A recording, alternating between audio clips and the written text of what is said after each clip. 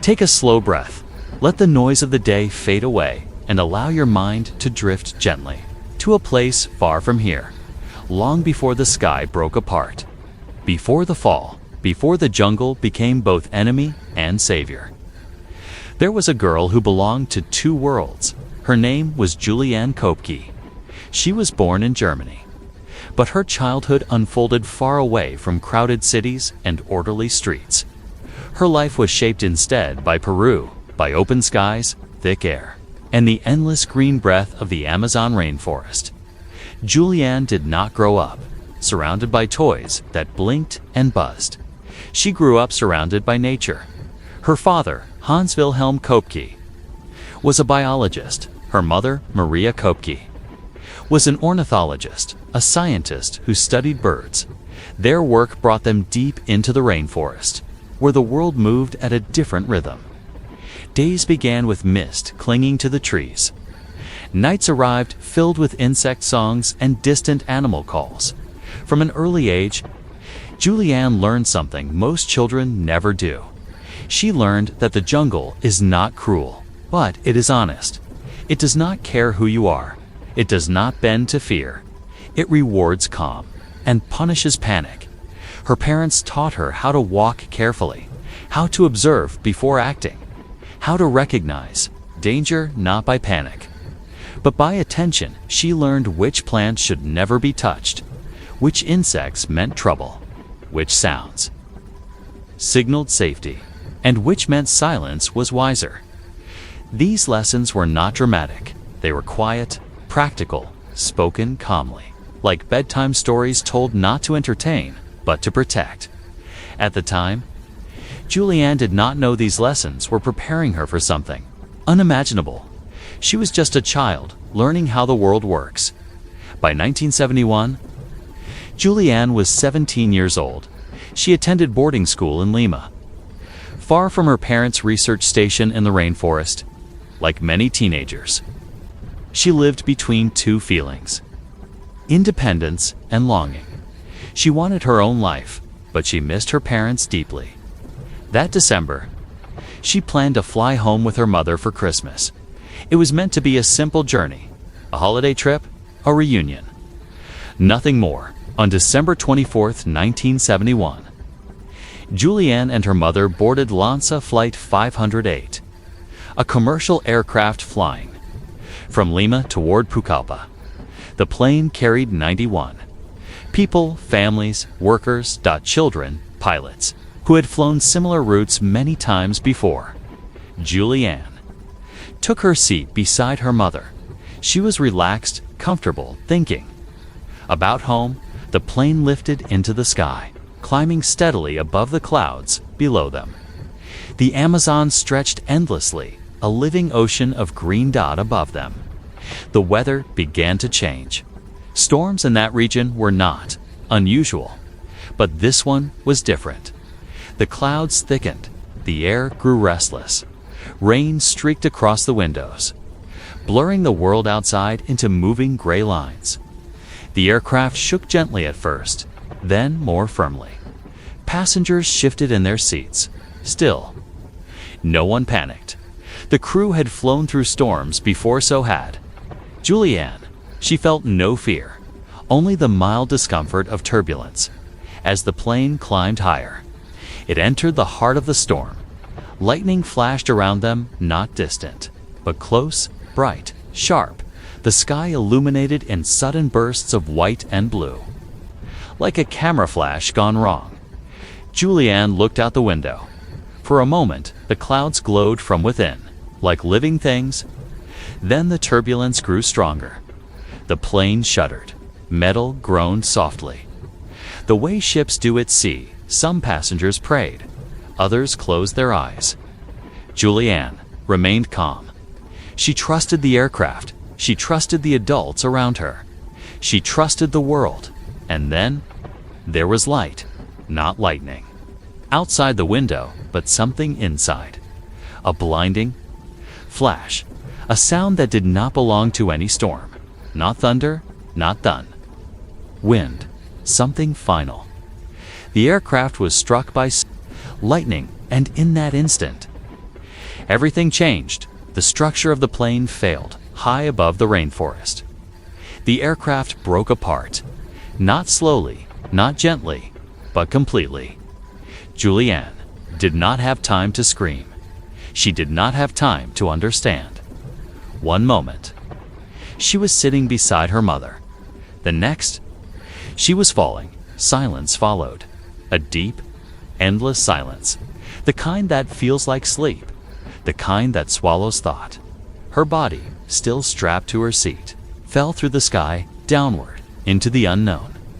This is where most stories end, but this one is only beginning. Take a slow breath in and let it go. Allow the story to carry you gently forward. There was no sense of time as Julianne fell. No fear, no thought, no awareness, no awareness. Only motion.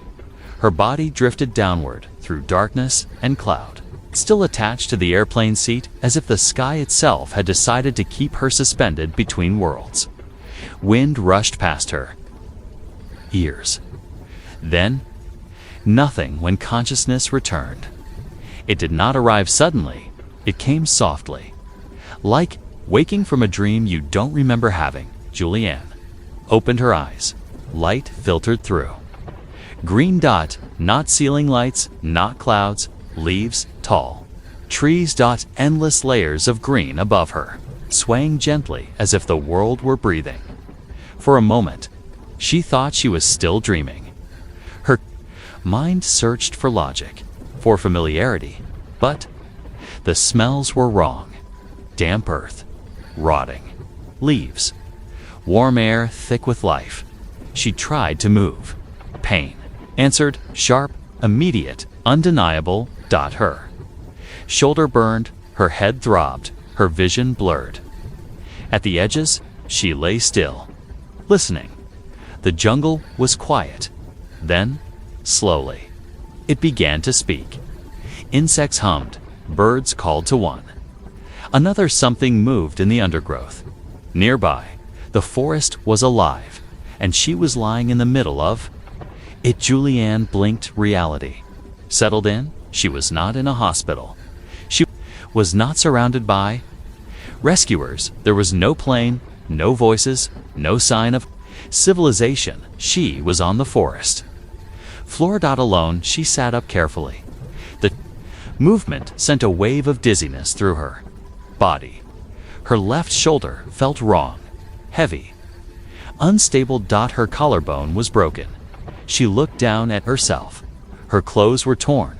Blood had dried on her skin. One shoe was missing. Her glasses were gone. Without them, the world felt distant and unreal, as though she were seeing it through water. She touched her face. Her hair was tangled with leaves and dirt. She was alive somehow. She was alive. Her first thought was her mother, Mama. She called softly. Her voice sounded small, fragile. The jungle did not answer. She called again, louder, Mama. Only echoes returned, swallowed quickly by the trees. She waited, listened. Nothing. Understanding arrived, slowly, painfully. Everyone else had been on the plane. Everyone else had fallen. And yet, she was the only one who had woken up. Julianne hugged her knees to her chest and sat very still. Shock wrapped around her like a blanket, the kind that numbs rather than warms. She did not cry. Not yet. Her mind was too busy trying to understand that impossible. How could anyone survive a fall like that? How could she? There was no answer. Only the present moment. Hours passed, or maybe minutes. Time had lost its meaning. The sun shifted slowly across the sky, sending light through the leaves in long, quiet beams. Julianne felt thirst creeping in. Her mouth was dry. Her head pounded. She needed water. That was when she remembered her father's voice. Not loud, not urgent, just calm, steady. Double quotes. If you are ever lost in the jungle, he had said, do not wander aimlessly. Find water, follow it. Water meant life. Water meant direction. Water meant people. Eventually, Julianne pushed herself to her feet. The world tilted. She grabbed a nearby tree for balance. Her legs trembled, but they held. She stood nearby. She heard it. The sound was faint, soft, a trickle. She followed it slowly, carefully. Moving through vines and fallen branches, each step hurt, but each step was deliberate. She reached a narrow stream. Clear water flowed over stones, quiet and patient. She knelt and drank. The water was cool, refreshing. It grounded her. She stayed there for a long time, listening to the flow as the light faded. The jungle changed. Day sounds softened. Night sounds emerged. The forest grew. Louder, closer. Something moved nearby. Julianne froze. Her heart raced. She reminded herself of another lesson. Do not panic. Panic wastes energy. Panic attracts danger. She found a place beside the stream and sat down. She could not build shelter. She could not climb. She could not run. So she stayed still and waited for morning. The night was long, very long. Sounds surrounded. Her branches snapping, wings fluttering, eyes watching from the darkness. But nothing touched her. The jungle allowed her to remain for now. When morning came, it arrived gently. Light filtered down. Asterisk birdsong replaced the deeper sounds of night. Julianne opened her eyes. She was still alive. She stood again and began to walk. Not fast, not far, just forward, along the stream, one step at a time. She did not know it yet, but this was the beginning of 10 days that would test every lesson she had ever learned. Take another slow breath. Let the world soften around you.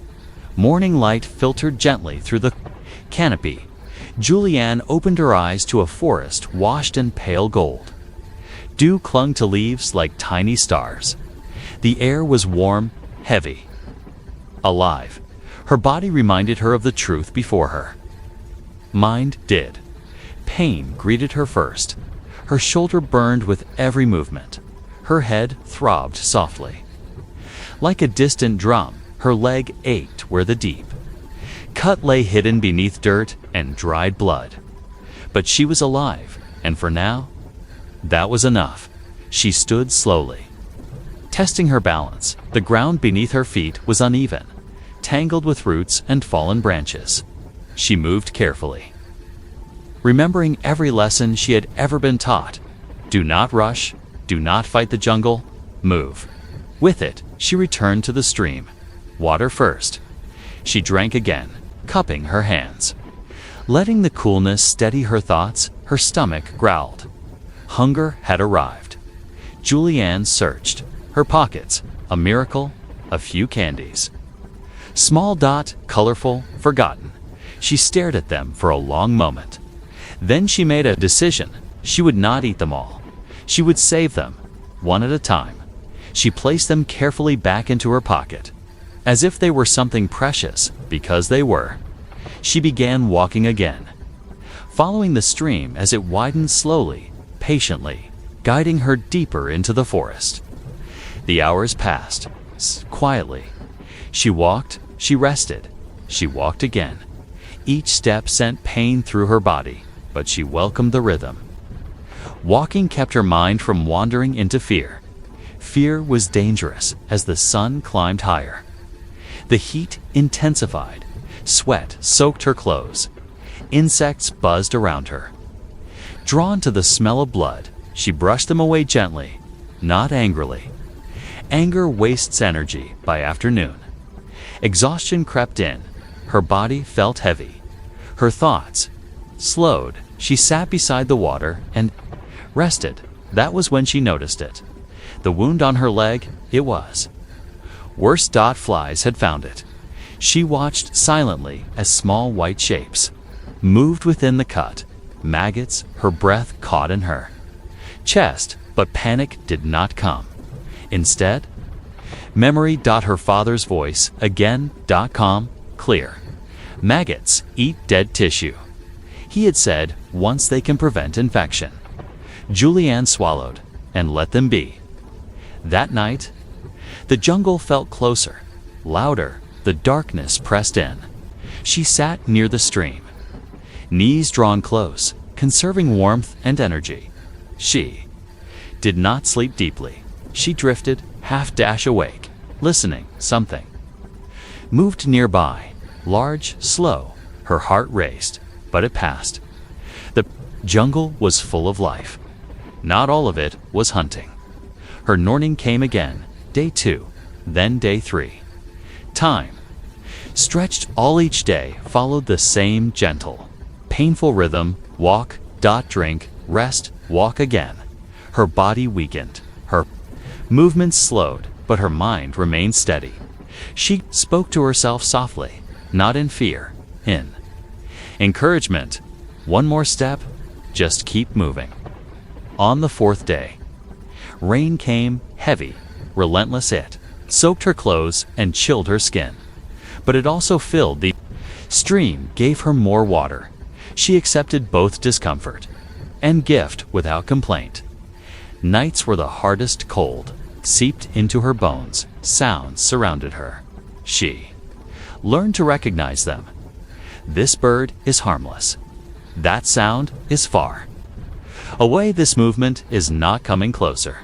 Knowledge became comfort. By the 5th day, her body felt lighter, too light.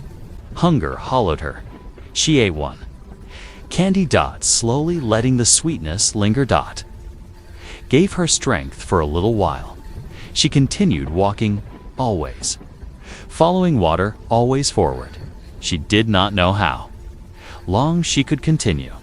She did not plan that far ahead. She focused only on what was in front of her. A step, a breath, a moment, and the jungle. Watch. Silent, patient. Take a slow breath in and let it out gently. The night returns. Darkness in the jungle is not empty. It is full of sound, full of life, unseen.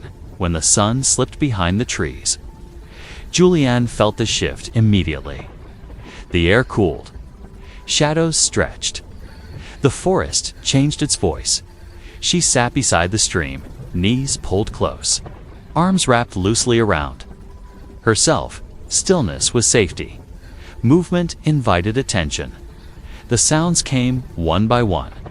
A rustle in the leaves, a distant cry, the low, steady hum of insects that never seemed to sleep. Her heart beat slowly. She focused on breathing, in, out. Fear hovered at the edge of her thoughts, but she did not let it take shape. Fear had weight. She could not afford to carry it. She thought of her parents, not of the crash, not of loss, but of quiet moments. Her mother's voice reading softly in the evening, her father explaining the forest with patience, never raising his voice. Those memories wrapped around her like a blanket. They reminded her who she was. She was not helpless. She was prepared. Sleep came in fragments. A few minutes here, a few. They're always light, always listening. At one point, something moved close, very close. Julianne froze. Her breath slowed. Her body became still. The sound passed. Whatever it was, it moved on. The jungle had spared her. Again, morning returned with pale light and birdsong. Day 6. Her body protested when she stood. Her shoulder burned constantly now. Her leg wound throbbed. She moved anyway. Walking had become instinct. She no longer questioned it. Follow the water step by step. The stream widened slowly, quietly.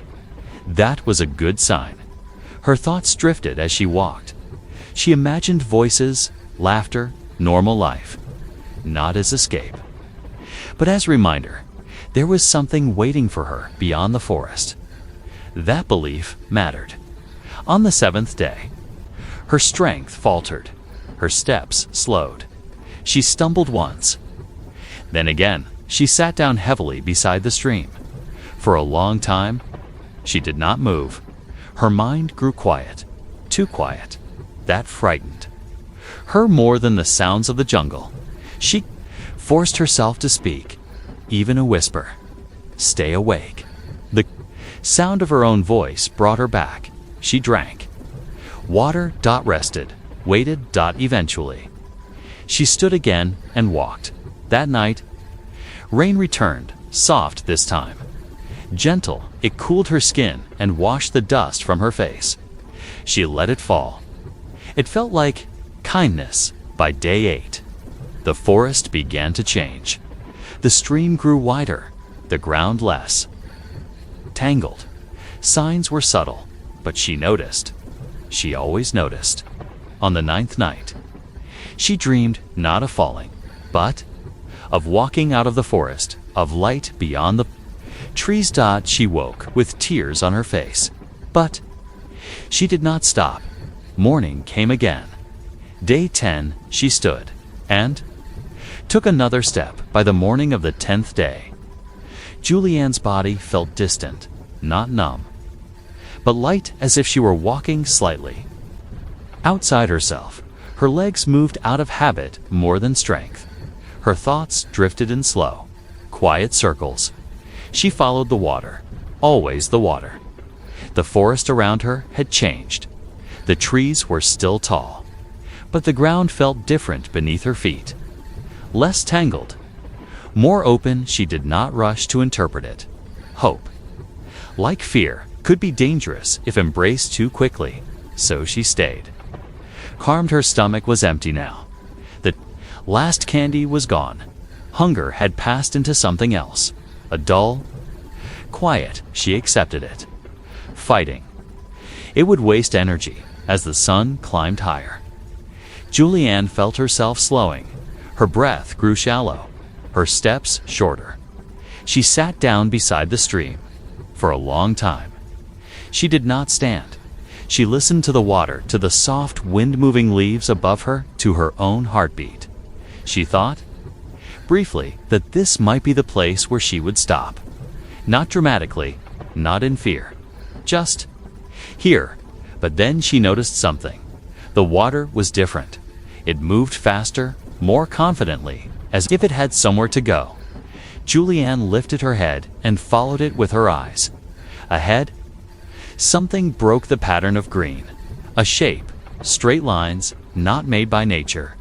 Her heart stirred, not racing, just awake. She stood, slowly. Pain answered. She welcomed it. Pain meant she was still. Here she walked. Each step carried weight, but also purpose. The shape grew clearer. Wood. A structure. Human. Made. A hut. Small. Quiet. Real. Juliane.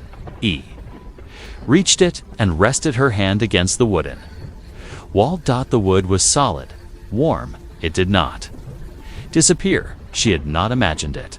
She stepped inside. The air was still. There were tools, signs of life.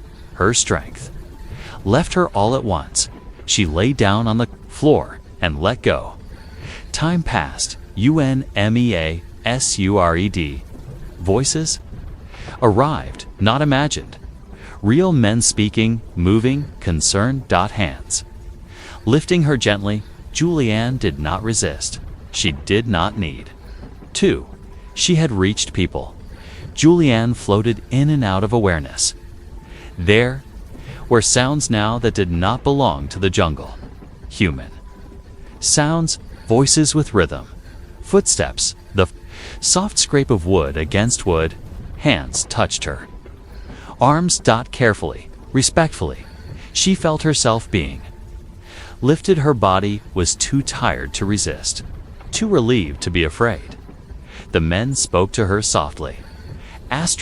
Their words blended together, but their tone carried something unmistakable. Concern, kindness, urgency, without panic. She was carried outside. The light felt different, less filtered, more open. She squinted, her eyes unused to such brightness. Water touched her lips, clean, cool. She drank instinctively, slowly. As the men guided her, someone wrapped her in cloth. Someone else pressed gently against her wound. Cleaning it with practiced hands, Julianne let them work. Trust came easily now. The journey that followed felt long. Though she would later learn it was not a boat. The sound of an engine, the steady movement forward. She lay still, listening to the water cut through the river, feeling the vibration beneath. The jungle receded, not suddenly, but gradually. Her thoughts. Drifted faces passed through her mind. Her mother, her father memories surfaced without pain now, only quiet at some point. The world went dark again, not the darkness of danger, but the darkness of rest. When she opened her eyes next, the air smelled different, clean, sharp, medicinal. White walls surrounded her. *A. Ceiling. A bed. She was in a hospital. Voices spoke. Nearby, doctors, nurses. She caught fragments of conversation. She's very lucky. Infection. But manageable. She should not be alive. Julianne closed her eyes again. She had no energy to respond. She did not need to explain. Her body was doing the work now. Days passed slowly. She drifted between sleep and waking. Her wounds were cleaned, her shoulder treated. Her leg healed. The maggots were removed. The damage assessed. She listened. She rested. She healed. At some point, someone asked her questions. What was your name? Where are you from? Do you know what happened? She answered when she could, quietly, simply. The truth spread beyond the hospital, beyond the town, beyond the forest. A girl had fallen from the sky and lived. Recovery did not come all at once. It came in small moments, a little more strength each day, a little less pain, a little more clarity. Julianne lay in her hospital bed, listening to the ordinary sounds of life returning around her. Footsteps in the corridor, distant voices, the quiet hum of a world that continued moving forward. She was safe now, but safety felt unfamiliar at night. When the lights dimmed and the room grew still, memories drifted back, not loudly, not violently, gently. The sound of rain on leaves, the rhythm of the stream, the long, patient silence of the forest. She did not relive the fall. She did not dream of fear. She dreamed of walking, always walking. Doctors spoke of survival in numbers and explanations. Broken bones, infections, shock. They were amazed. They searched for reasons, but Julianne understood something they could not measure. She had survived not by force, but by attention. She had listened. She had waited. She had moved when movement mattered, and stayed still when stillness meant life.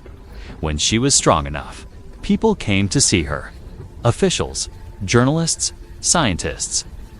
They asked questions again and again. How did you survive? What did you eat? Were you afraid? She answered honestly. I followed water. I remembered what I was taught. I did not panic. Some nodded, some wrote. Some shook their heads in disbelief. News traveled far. Across Peru, across Germany, across the world. They called her the girl who fell from the sky.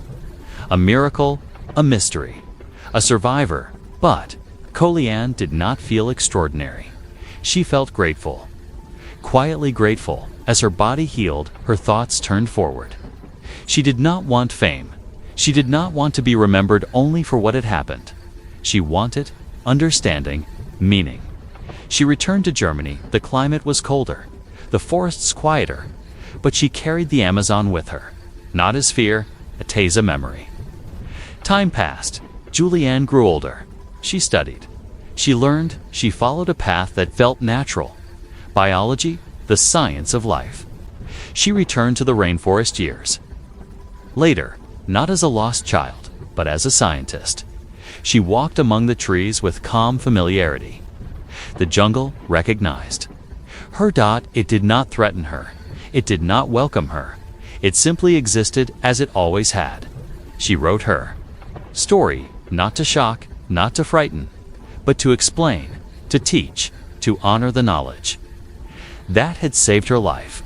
Long after the wounds healed, long after the forest released her, something of the jungle remained with Julianne. Not fear, not pain, but awareness. She learned that survival is rarely loud. It does not announce itself with strength or heroism. It whispers, it asks for patience, for calm, for listening. Julianne understood that the jungle had not spared her because she was special. It spared her because she respected it. She did not fight it. She did not challenge it. She moved with it. In the years that followed, people continued to ask, "How did you survive?" They wanted a secret, a trick, a miracle, but her answer never changed. I paid attention. I remembered. I stayed calm. Her story became part of classrooms and studies, of documentaries and books. But for Julianne, it remained something simpler.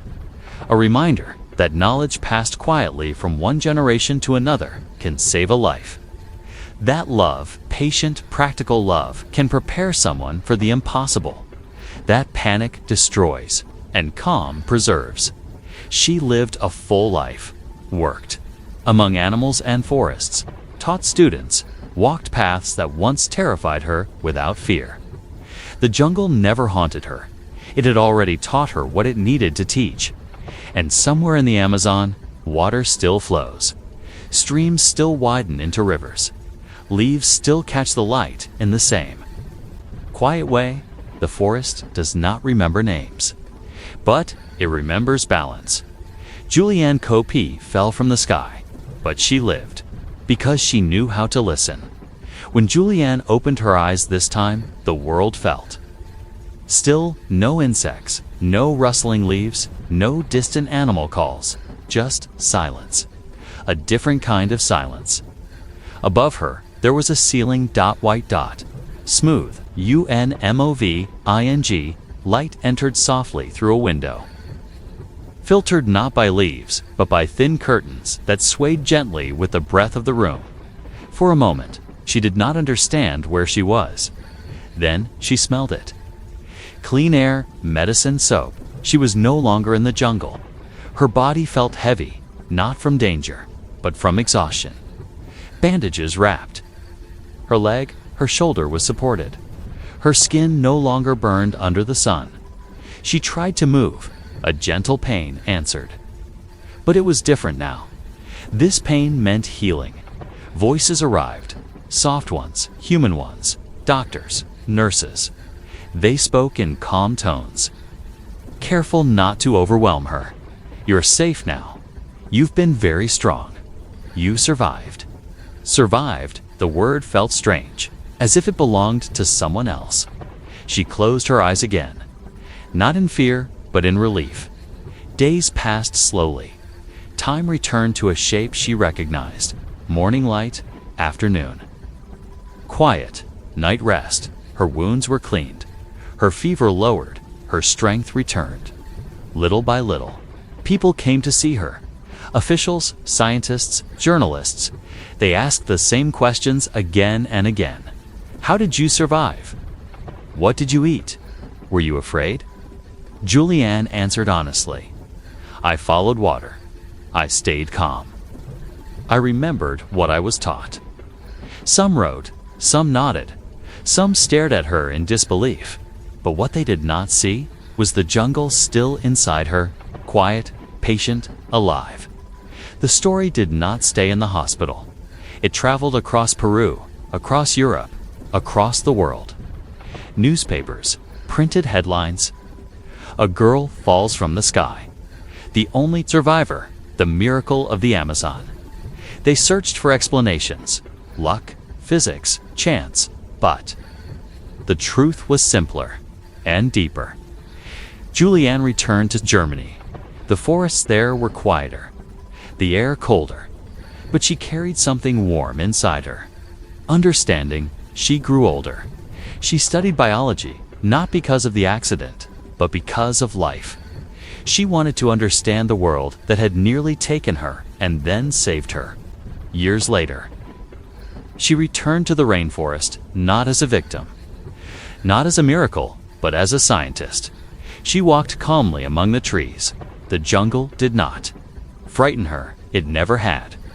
She wrote a book, When I Fell, from the sky, not to shock the world, but to teach it. Because her story proves something important, something quiet, something true. Survival is not always strength. Sometimes it is knowledge. Survival is not always speed. Sometimes it is patience. Survival is not always courage in action. Sometimes it is calm in stillness. Julianne Koepke did not survive because she was chosen. She survived because she listened to the forest, to her body, to the lessons whispered to her long before the fall. She fell from the sky, into the jungle, into silence, and she walked back to life. This was not a movie. This was not fiction. This was a true story of survival.